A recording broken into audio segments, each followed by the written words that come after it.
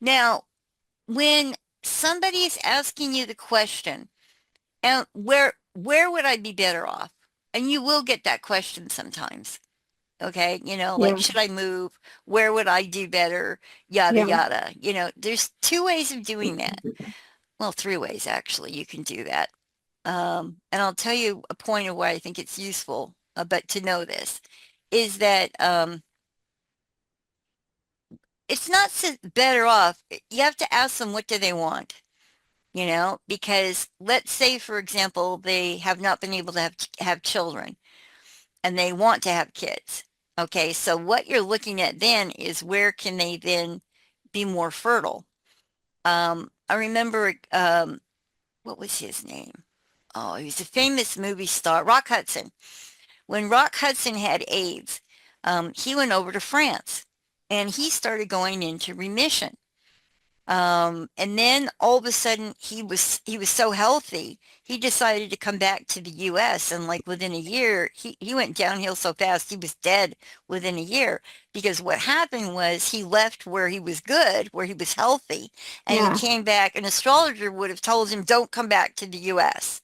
So I remember, if you ever want to look this up, Rock Hudson, when he went, I think it was France, he got better. He like started having no symptoms, no signs. Well, his chart changed when he went over there. And then, of course, it, went back to being sick when he came back. So that's another thing. If a person has an illness of some kind, you may want to look where they might be healthier, you know, is to Oh, help them move. Now, a couple of ways you can do that is they can just ask you the horary, where should I go? That will give you an idea where you should tell them to go. Okay. Couple of ways you look at that in a horary would be the seventh house, because that's what they're asking about, or it could be the fourth house. In other words, where should they move their home? You oh, know? So if you're getting a question like, where should I move? You might want to look at the seventh and the fourth. Of course, you can also look at the moon, and that will tell you if they're going to move. Because people will ask you all the time, where should I move to? Doesn't mean they're going to move, but yeah. you got to give them an answer. Yeah. The other way you can do it as far as moving is that, what is it, astrocartography, I think they call it, Yes. where and it's in AstroWind, the software that I have. You can pull up a location and it will show you where your Jupiter zone is, where your Venus zone is, and Hmm. depending on what you want. Do you want money? You look at Jupiter. Do you want fertility? You look at Venus. I find it interesting that both of my husbands were on my Venus zone. I mean, I just think that's hilarious to me. Yeah. Yeah, it ran right through Nebraska, which was my second husband, and it ran right through New Jersey, which is where my first husband came from. So I Oh, definitely did well on my Venus line. But I met them. I met my first one when I traveled to New Jersey, and the second one, he saw me on television. So, but my chart told me I was not gonna, I was in California most of my life. My chart told me I was not gonna marry anyone from California. Why? Ruler of my seventh house is in my ninth house. So I'm not going to marry somebody local. I'm going to marry somebody from far away, which is nice, ah, you know? So I just knew that, like, oh, I'm going to marry a foreigner. In the olden days, they would call foreigner. You have to think about it. In astrology, anybody you say out of state would be considered a foreigner. mm-hmm. You don't have to go that far to have somebody be a foreigner, you know? Ah, My chart also tells me that I'm not going to die at home either. So I'm not going to die in California. I did yeah. look one time at Arizona, and Arizona is on my death line, so I have no intention of going to Arizona. And believe it or not, I did get a death threat once from the chief of police in Arizona, so Oh I took my. that seriously, and I didn't go to Arizona that time. Um, but that's one way. Astrocartography can tell you a lot about where to move depending on what you want. Another way to look at moving would be, just looking at the natal and the progress charts and to see if something comes up, like, are they moving? I mean, there's two ways of looking at it. You can say to the person, where would you be better off, and give them an answer, but that may not be necessarily anything they're going to take your advice. Okay. Um, I'll give you an example of this. What I mean by that, because, okay, solar returns are another way of telling where maybe you might be better off. Because every time I have a birthday, I look at not only where I'm at when I run my solar return, but I look at a couple of other options. Why? Because if you go somewhere, I'd say about 6 weeks. If you go somewhere right when your solar return's coming up and settle in for about 6 weeks, then you absorb that solar return. So there are times, years when you may want to go take a trip around your birthday. That way you might get another outcome. Okay. Now, what I mean by that is, I'll give you an example. This is a tough one for me to handle, actually. Um, I try to do everybody's chart once a year around their solar return time. So of course I did my mother's, and I had warned my mother to quit smoking because her death and her natal chart looked horrible. I mean, like I could see it. She was going to be in the hospital. She was going to be hooked up to tubes. It was going to be long and horrible. Okay. Oh, And so I tell her, like, you need to quit smoking because, like, this is there. I mean, you're gonna die with, like, every tube up you. Like, please quit. And of course, she tried to quit for about a year. She did manage to quit for a year. She went to Nicotine Anonymous. yeah. But then she went back to smoking again. Oh, And boy, I tell you, I thought heroin addicts had it bad. I would drive her to the Nicotine Anonymous meeting. There were people there that had literally blown their face off. oh, They were on oxygen, and they caught themselves on fire, and they were still smoking. I mean, uh, I was like, oh boy. I mean, even a heroin addict, I don't think would go back to heroin if they blew their face off. right. Mm. So trust me, I learned in there that nicotine is a drug, right? Yeah. And but she couldn't stop. So I remember I did her solar return that year, and I went, oh, oh, because her death was in there. And I ran all of her charts, ran her solar again. I'm going, oh boy, this is bad. Now, if you move to the opposite coast, we're in Vegas, right? So I knew, like, back east shifts things. So I then ran her solar return for, say, back east. And it took the death out. It took it out of the eighth house and moved it down into the seventh. Okay, so now my mom knows the same, or knew the same amount of astrology I did. We both would talk astrology at each other. So I ran the charts off and I showed them to her. And I'm like, we have to get you out of here. Like, you have to leave on your birthday. Oh, And she looked at it and just, I don't know, she just shrugged me off, right? And then finally I tried everything. I literally got to the point where I loaded up a U-Haul and I drove up in front of her house and I said, I'm leaving. I am moving back east and you can either come with me or not, but I am not going to stay here and watch you die, you know? yeah. And that was about a week before her birthday. Because I was running out of options. I could not get her to agree to move. Yeah. And so I thought, well, maybe if I really hardball her, maybe she'll go, right? And I Yeah. showed her the chart and I'm like, Mom, you have to come with me. We cannot be here on your birthday, you know? And she just cried and she said, I know it. I know it's coming. Please don't leave me. And I'm like, oh, like, really, like, just get in this truck, please. Yeah. And I'm like, look, we can come back in a month or so, but, come with me. And I could not get her to go. Oh my goodness. And she just said, please don't leave me. What the hell do I do to that? You Uh, know? And the crazy part is, to me, is her birthday was September 23rd.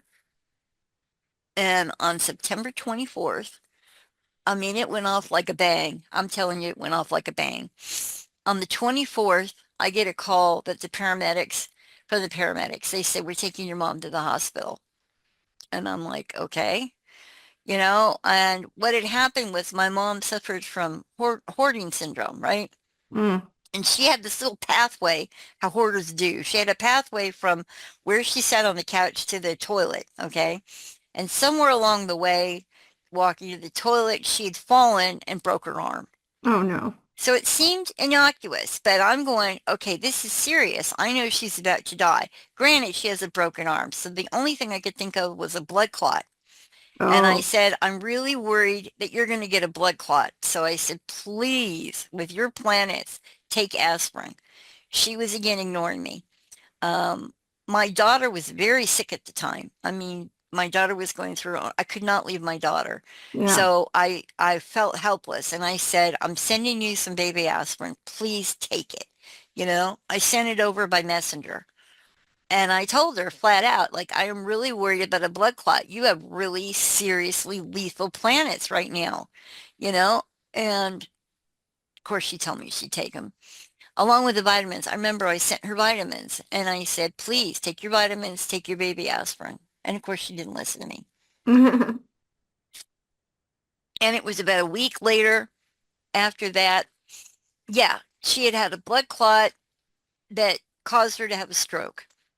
So they called me again and they said, your mother's a drunk. And I said, my mother doesn't drink. I know she does not drink. No, she's not drunk. I said, that may be her symptoms, but she's not drunk. And they wouldn't listen to me. Absolutely kept saying, this is Vegas. I guess they're used to people, you know, drinking all the time, right? Yeah. And while they were arguing with me about how, you know, I'm like, run a test. You know, you'll see she's not drunk. Yeah. And they wouldn't do it. And in the meantime, what they did was they didn't give her the medication that they should have given her. So the stroke actually paralyzed her whole left side. Oh my gosh. So now she's in the hospital with, you know, everything on the left side paralyzed. They had to intubate her, you know, stick that tube down her throat, right? So some nurse at 2 o'clock in the morning, because I would go and I would sit with her at night, and then I'd get my daughter home from school, and I'd have to go home and feed the dogs, take care of my daughter. So I was like spending as much time with her as I could, but then I had to go home and deal with my daughter and the dogs because I had her dog now, so I had 4 dogs, you know. And so she was only left alone like at night when she was supposed to be asleep. Why the nurse did this, I don't know. Again, this is where we get into questions of fate, I guess. The Yeah. nurse stuck her in the shower with an intubator in her throat. What? So she got MRSA in her lungs. Oh. Yeah. And it took my mother 9 months in the hospital with every tube hooked up to her possible to die. You know, I mean, all because in my mind, why didn't she leave with me? Why didn't she? I mean, she knew what was coming. I don't Yeah. know. I've had to accept that she knew what was coming, and this is what she chose. Yeah. Because if we'd gone back east, and that to me fits into, um, did her chart show moving? No, it didn't. It showed her death. So I meant well. I wanted her to move. She should have moved, but was she going to move? No. Um, You know what I mean? And yeah. that's what I've had to accept sometimes when I'm doing readings is that the person is only going to take my advice if they want to. You know what I mean? Because again, it's we have sometimes we have this deeper DNA of what we're meant to do. So Yeah. I had to accept that that was, I mean, I guess it was just her choice to go, you know, that way. I don't know. Yeah. She was depressed. I remember, and I do believe I've had enough people die on me to know that there's always some weird talk they have with you right before they die that you go, why are they saying that? And it's like they know they're going to die. And I think on some level they do, because I remember um, I was very angry at my mother because I found the vitamins in the baby aspirin sitting on the coffee table unopened when I went into her house to get some things. Uh, So, of course, I was angry. I was in absolute rage. Like, why would she do this to herself? You oh. know? And then just, you know, having to understand that on some level they know and that this is just, you know, accepted or not. I mean, I don't know. I mean, yeah, there are instances I've seen where people do come back, you know? And Yeah. then there's others where there's nothing you can do to stop it. Nothing, because like I meant, I tried everything. She even knew. She looked at the chart. She knew what it meant. Now, like I said, 2 weeks before this all happened, I had confronted her saying, because my grandmother had died a few years before, and that's when she seemed to spiral downward. And I Oh, said, your hoarding's out of control. You're obviously depressed. You're not seeing any therapy. You're not taking your medication. Why, what can I do to help you get better? yeah. And she said to me, she said, no amount of therapy is going to help me. I mean, in her mind, she said, no therapy is going to help me.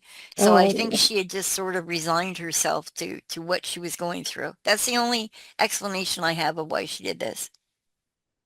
oh, yeah. So sometimes in astrologer, and I've seen this with other clients that I've done, that they may listen to you, they may not listen to you, but you can look to see if they will. Like, are there signs of moving?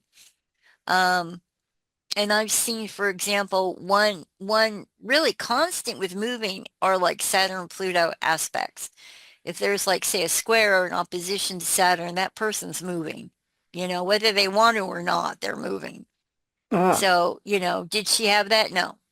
So I knew she wasn't going to come, but even though I wanted to. Okay, so when you're doing this question of will I be better off, even if you do it for yourself, you have to look at, is it going to change though? Just because you say, oh, this is a good place to go, doesn't mean they're going to get up and go. oh, yeah. But you can advise people, oh, you're going to be more fertile here, or your health is going to improve there. And by the way, I have heard of a lot of people, a lot, have been able to move far distances and their health's improved. Oh, I've heard, for example, people have even and they say it's because the food's different. The food may be different. I don't know what it is. But if you can do a relocation chart on yourself that shows that your health is better, do it. Why not? yeah. I mean, so there is power in this. If you know that you can improve your finances by going somewhere, you can improve your love life by going somewhere, you can improve your health. I mean, so on that case, if you've got a good strong indication that this is a better place for you to go, go. I mean, that's kind of I mean, you got to look at um locations have something to do with everything. I mean, we go back to the wise men with Jesus. How did they know that's where he was going to be born?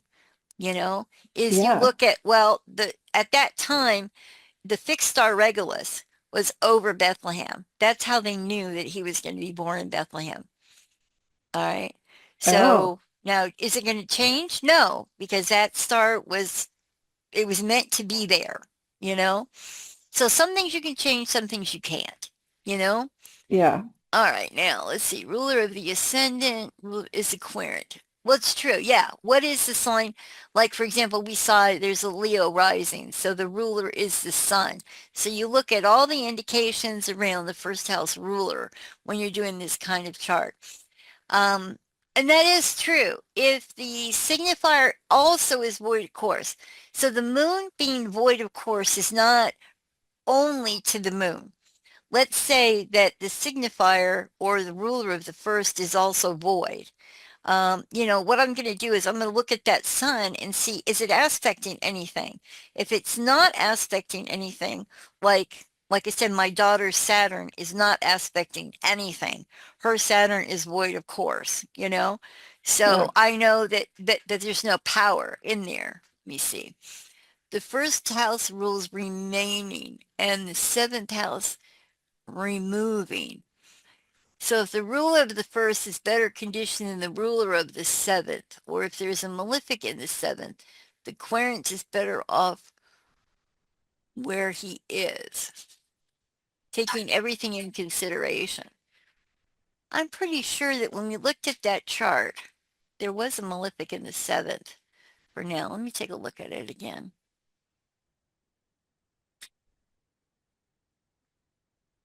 Well, there is one malefic in the seventh, but I've also got Venus and the sun in the seventh.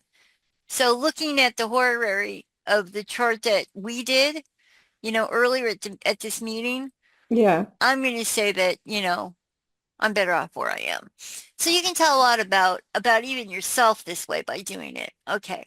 Oh, All right. Now, are you looking at page 99 now? I switched over to page 99. yes. Okay. So you look, is there's any malefics in any house cautioning you not to go there? Oh, that's another thing.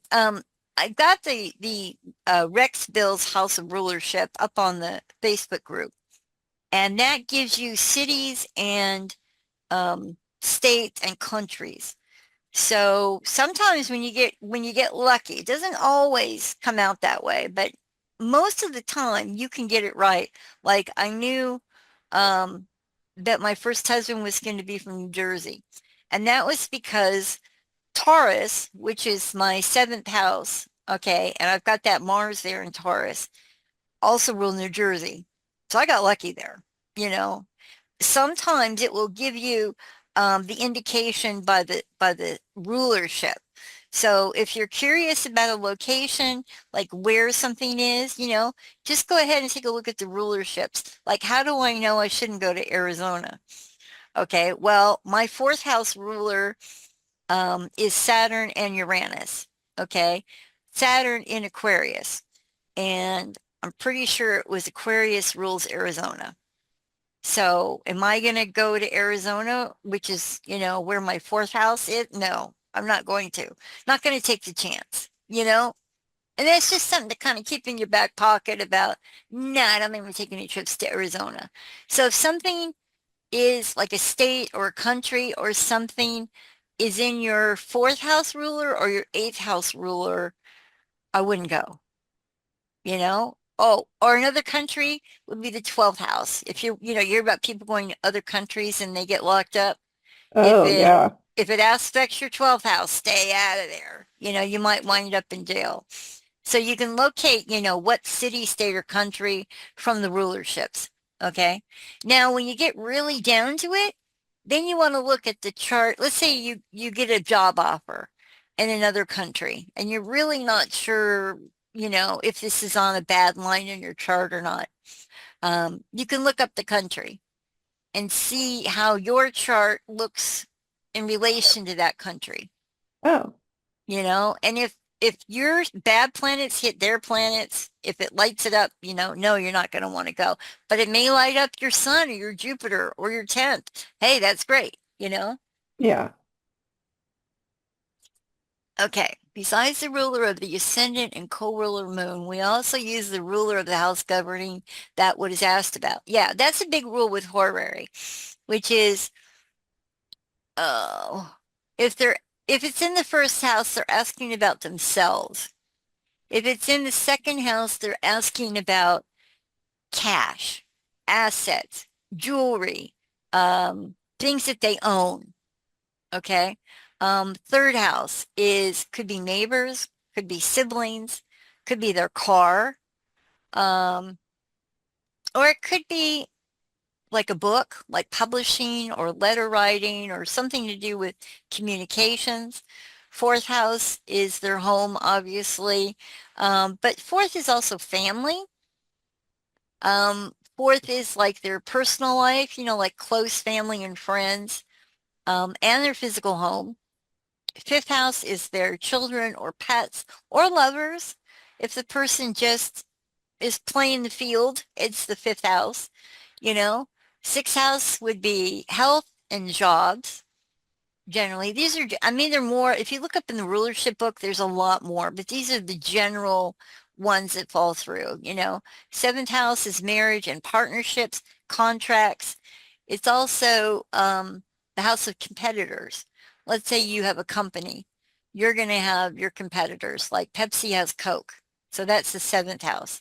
Not secret enemies, that's the 12th, but an open competitor.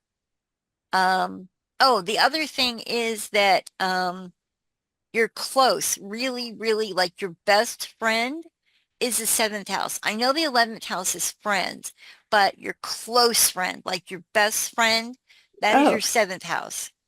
Why? Don't know. It just is that way, you know?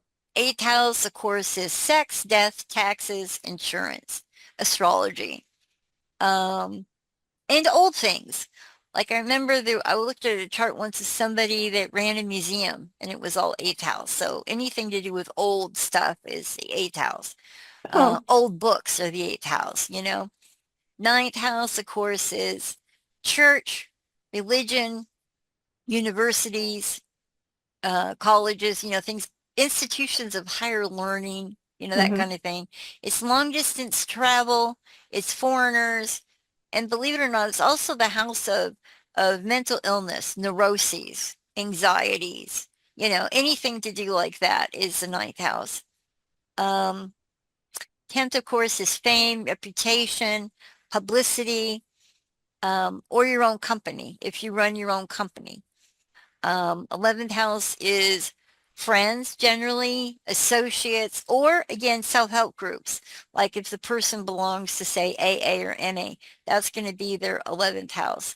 It comes up in horary. Like, what should I do? If you see something in the 11th, they need to join a group, you know?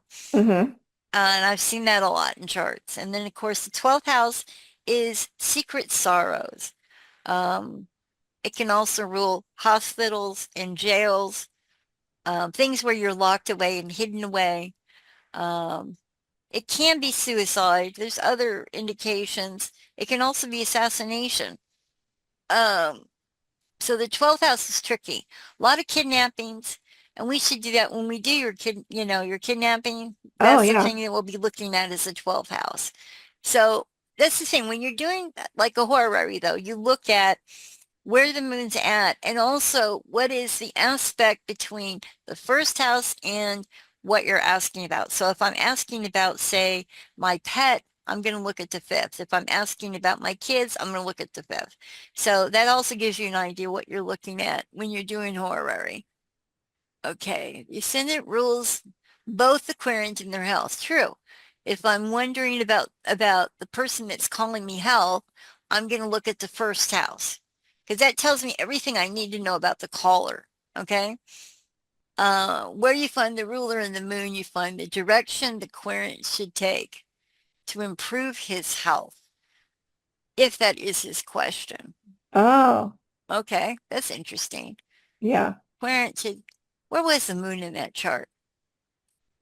Let me see. Pull that back Um, up again. 12th? Let me see. Yeah, it was in the 12th. Huh. 12th house. Interesting. 12th house. Normally, the 12th house also rules sleep, bedroom. I don't think I need more sleep. Let me see. 12th house. I don't know. This one I'd have to look at more because it's aspecting Venus and Mercury in the 7th. Okay. I have been thinking about getting, because you know what? You are helping me a lot with getting these astrology classes done. Otherwise, yeah, I wouldn't be doing them. So I have been thinking about getting me another buddy to make me go to the gym. So that's an Ah, idea. Maybe I'll get yeah, that would fit with the 7th. I'll get another buddy to go to the gym with me. there you go. Okay. Too bad we weren't living closer. I need a buddy too. Yeah, I'll just put it out and say, hey, I need to go to the gym with somebody. That's an idea because it'll make me go either that or, oh, you know what? No, I think it'll work. What I thought about doing is I have paratransit. And when the bus shows up, trust me, I'll feel that, okay, I gotta go, Yeah. because if I cancel on them 3 times, they'll cancel my paratransit. So I will have to go or I'll lose that service. Yeah, that So would be yeah, you good. know what? I think I'll do that. I've been thinking about, yeah, calling the van and that'll make my ass get up out of here. And that's actually an answer. What is it I need to do to get myself going to the gym? Yeah. Yeah, I've got to find some help from an outside person. So Yeah. and it's my freaking ADHD. I can't seem to shift gears that easy. All right.